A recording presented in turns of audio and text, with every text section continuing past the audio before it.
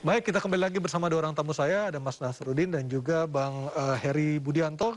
Saya ke Bang Nasruddin dulu.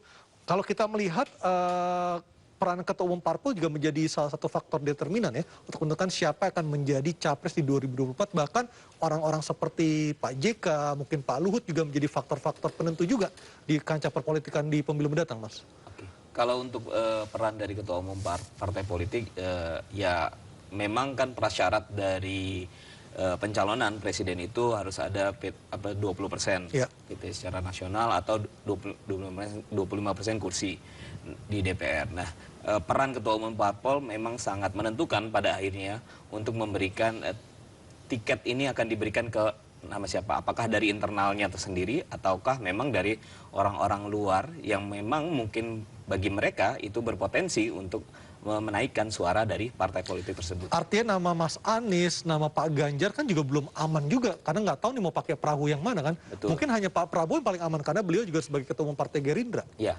memang kalau dilihat dari 3 nama yang top 3 yang sekarang beredar di survei Carta maupun survei-survei lembaga lainnya, memang hanya Pak Prabowo yang kita indikasikan sangat bisa untuk maju melalui Partai Gerindra. Tapi Pak Prabowo juga masih membutuhkan koalisi dengan partai lainnya untuk mendapatkan tiket maju ke Pilpres 2024. Oke, baik Mas Heri, kalau kita melihat Perindo sebagai penggagas koalisi parpol non-parlemen ya, dengan angka 35 juta suara nasional yang kemarin pemilu hasil kemarin, itu kan bukan sesuatu hal yang bisa dianggap remeh, karena itu bisa menjadi faktor determinan juga kan. Nah sejauh ini komunikasi dengan parpol lain seperti apa, Mas Heri? Ini menarik pertanyaannya. Jadi 9,7% loh gabungan partai-partai non-PT dan Perindo di situ paling besar. Dan kita sudah melakukan pertemuan ketua umum lalu di tingkat sekjen. Mas Aryo Ardi, hari ini beberapa partai politik memberikan statement di beberapa media mengundang partai non-PT untuk bergabung. Coba dilihat itu. Misalnya koalisi Golkar, PAN, dan P3 itu memberikan statement. Kami mengundang partai-partai non-PT. Dan ini juga bisa terbuka untuk partai-partai lain seperti PDIP, kemudian PKS, kemudian juga Nasdem, dan juga Demokrat. Tidak menutup kemungkinan. Artinya apa? Partai politik yang ada di Senayan itu tidak menutup mata terhadap keberadaan partai-partai non-PT. Karena memang syaratnya tadi 25% suara perolehan nasional itu sangat penting. Tadi sudah dijelaskan oleh Mas Nasruddin, at least itu Prabowo Subianto untuk maju, mereka harus ada tambahan nggak bisa untuk sendiri. maju, kecuali PDIP. Artinya apa? Kursi kami, suara kami, ya, perolehan suara kami 9,7%, ya ini sangat dinanti oleh partai-partai politik. Lagi-lagi saya katakan bahwa inilah yang menjadi momentum bagi kami, bagaimana kemudian kami melakukan pencermatan terhadap persoalan-persoalan politik ini. Tidak mau gegabah, kami harus hati-hati melihat. Tidak ada jaminan juga ketiga, tadi istilahnya Mas Nasruddin top 3 ini. Ya kan, 2 bukan petinggi partai. Ya kan, tapi kita punya sejarah 2014 Pak Jokowi bukan pimpinan partai tapi bisa maju. Artinya apa? Semua punya kesempatan. Partai politik memiliki ruang yang luas. Politik itu cair, politik itu dinamis, dan itu masih terus bisa bergerak. Tapi setiap apapun yang dilakukan oleh lembaga survei itu menjadi satu bahan bagi kami di Partai Perindo untuk mencermati, lalu kemudian mengambil satu keputusan yang nanti akan menguntungkan secara elektoral bagi Partai Perindo, dan tentu calon presiden dan wakil presiden yang kita dukung itu bisa menang dalam kontestasi Pilpres. Apakah sudah ada rencana ketemu KIB, Mas Heri? Ya, kita melakukan koordinasi terus ya di DPP gitu kan.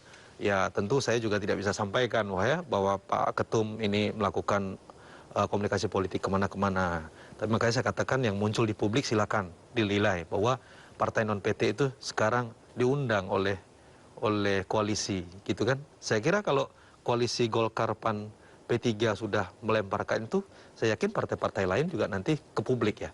Kan politik itu juga dramaturgi, ada yang muncul di depan, ada yang muncul di belakang. Artinya ada yang boleh dikonsumsi publik, ada yang tidak. Artinya apa? Ini kan menyangkut tentang masa depan partai juga gitu loh. Bagaimana kemudian kita tidak mau buru-buru gitu loh. Kalau buru-buru nanti ya momentumnya tidak tepat, ini juga bisa bagi keberlangsungan partai juga tidak begitu Mas baik. Nasruddin, kalau kita melihat di pemilu 2019 ada, saya nggak tahu menyebutnya harus dengan kata-kata apa, insiden politik atau apa, ketika nama Pak Mahfud MD sudah digadang-gadang pasti akan mendampingi Pak Jokowi, tiba-tiba muncul nama Kiai Ma'ruf Amin. Apakah di 2024 ini akan mungkin terjadi lagi injury time, di saat injury time calon-calon tertentu akan tiba-tiba muncul? Kalau kita lihat dari tadi Mas Heri sudah bilang di 2014, 2019 itu ada perhelatan-perhelatan politik ya. Nah kalau kita lihat di 2024 ini kita punya fase yang lumayan 1,5 tahun. Kita lihat kemungkinannya sangat kecil karena terkait juga kondisi pandemi yang sudah terjadi beberapa tahun lalu sampai 2 tahun itu tidak menghasilkan orang-orang baru. Justru malah mengangkat tokoh-tokoh yang notabene punya andil penting dalam mengangkat setelah kondisi pandemi kayak kepala daerah. Jadi sangat kecil kemungkinannya ada nama baru di luar yang ramai dibicarakan di survei tiba-tiba muncul menjadi cawapres. Oke, artinya kalau tidak ada sesuatu yang membuat kehebohan yang masif, nama-namanya tidak akan tergoyahkan ya? Iya, kecuali memang ada dari kesepakatan antara elit-elit politik untuk menyajikan benar-benar nama baru di luar nama-nama yang ada di peta survei yang mulai beredar di beberapa tahun ini. Gitu. Oke, baik, dengan kondisi ini kita memastikan bahwa akan ada tiga pasangan capres-cawapres yang akan maju di 2024? Ya, kalau melihat bacaan dari survei yang sudah dilakukan beberapa lembaga survei dan carta politika pada khususnya, ya memang nama yang beredar di masyarakat, yang menjadi pilihan dan yang menjadi concern disukai oleh masyarakat ya antara 3 nama tersebut. Jadi ada kemungkinan 3 pasangan kalau melihat dari hasil survei. Oke, Mas Heri, kalau kita melihat 3 pasangan tentunya sebenarnya sinyal yang baik ya. Tidak akan ada polarisasi yang begitu kuat lagi seperti pemilu-pemilu sebelumnya, yang artinya membuat kita semakin renggang sebagai warga negara seperti itu. Perindo melihatnya seperti apa? Ya harapan kita tentu tidak ada polarisasi lagi seperti 2014, 2019. Kita sangat concern ya bahwa kita harus kuat menghadapi tantangan-tantangan global ke depan gitu. Apalagi kita di masa pandemi kan masih terus harus berbenah gitu ya. Nah artinya apa? Kalau kita lihat situasi-situasi, kami juga sangat detail Mas Aryo Ardi dan Mas Nasruddin. Kenapa saya katakan simulasi-simulasi pasangan mana dari top 3 itu yang kemudian dipasangkan dengan ini lalu kemudian itu tidak signifikan meningkatkan elektabilitasnya, itu kami cermati. Misalnya X dipasangkan dengan Y, ternyata ini tidak signifikan, malah justru menurunkan elektabilitas ketika dia sendiri. Lalu kemudian misalnya N dengan M justru meningkat, itu juga kami simulasikan, kita lihat. Artinya apa?